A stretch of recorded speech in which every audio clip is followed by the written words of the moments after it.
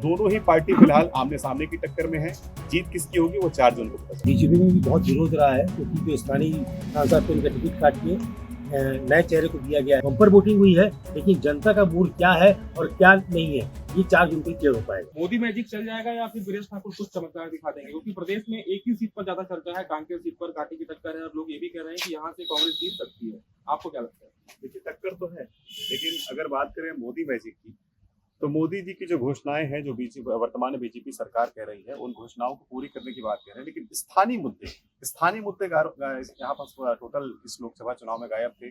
स्थानीय मुद्दे कहीं भी सामने नहीं आ रहे थे, खाली राजनीतिकरण हो रहा था, एक दूसरे पर आरोप प्रत्यारोप लगा रहे थे। स्थानीय मुद्दों के लेकर किसी प्रकार से कोई भी नेता मुखर होकर बोलना नहीं चाहा। जो तमाम बड़े लीडर पहुंचे थे, उन्होंने भी नक्सलवाद को लेकर बात की, उन्होंने कुछ जो योजनाएं चल रही उनको लेकर बात की, लेकिन स्थानीय जो कई मुद्दे थे उन मुद्दों को लेकर किसी भी नेता ने मुखर होकर सामने नहीं रखा, जिसका एक बड़ा फायदा उनको मिल सकता था कि अगर वो स्थानीय मुद्दों को लेकर आते, क्योंकि ये एक लोकसभा का चुनाव है, खासतौर पे नक्सल बेल्ट है कांकेर में। तो नक्सलियों के जिस तरह देखे हमने किस तरह से एनकाउंटर हो रहे हैं, बड़े मुठभेड़ हुए, उसके बावजूद भी बम्पर वोटिंग हुई, लेकिन वहां पर जो लोग हैं वो जागरूक नजर आए। जिस तरह हमारे वरिष्ठ पत्रकार बता रहे थे, जागरूकता लाने के लिए लगातार प्रशासन ने मेहनत की, इसका फायदा मिला है और परसेंटेज बढ़ा है। लेकिन अगर आने वाले समय में 4 तारीख को जो मतगणना होगी उसमें किसका पक्ष मजबूत होगा ये तो देखने वाली बात होगी, लेकिन दोनों ही पार्टी फिलहाल आमने सामने की टक्कर में है।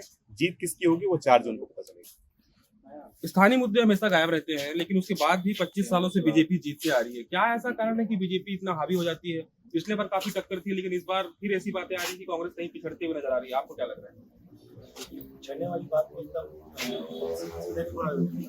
अगर अपन देखेंगे तो अगर दोनों पक्षों की बात की जाए तो बीजेपी में भी बहुत विरोध रहा है क्योंकि जो स्थानीय सांसद थे उनका टिकट काट के नए चेहरे को दिया गया है और काफी कम समय मिला था। लेकिन जो पुराने अगर हम बात करें वीरेश ठाकुर की, तो वीरेश ठाकुर लगभग 10 सालों पर हारने के बाद भी लगातार इस क्षेत्र में बने रहे हैं और लोगों के काफी करीब रहे हैं। तो ये नहीं बोला जा सकता कि बीजेपी का जीत सकती है या कांग्रेस हार जाएगी। ये तो नतीजा आने के बाद ही समझ में आ सकता है कि 4 जून में जो नतीजा आएगा उसके बाद ही क्लियर हो पाएगी। हालांकि स्थानीय मुद्दों की बात की जाए तो ना कांग्रेस ने इस पर ध्यान दिया है ना बीजेपी ने ध्यान दिया है।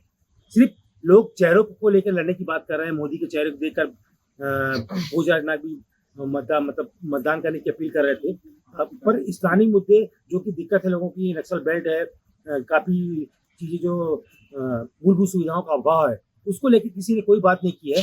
लेकिन बम्पर वोटिंग हुई है, लेकिन जनता का मूड क्या है और क्या नहीं है ये 4 जून को क्लियर हो पाएगा। बालोद क्षेत्र ऐसा माना जाता है जहां से जीत हार का फैसला होता है। पिछले बार भी ऐसा कहा गया कि नरेंद्र मोदी की एक सभा हुई, उसके बाद पासा पलट गया और वीरेश ठाकुर जो हावी लग रहे थे वो 5000 वोटों से चुनाव हार गए थे।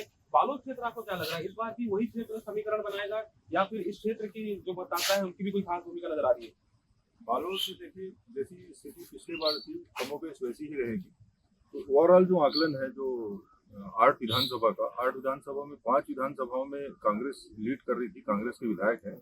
लेकिन जो अभी लोकसभा की जो वोटिंग हुई है उसमें ट्रेंड बिल्कुल उल्टा नजर आ रहा है।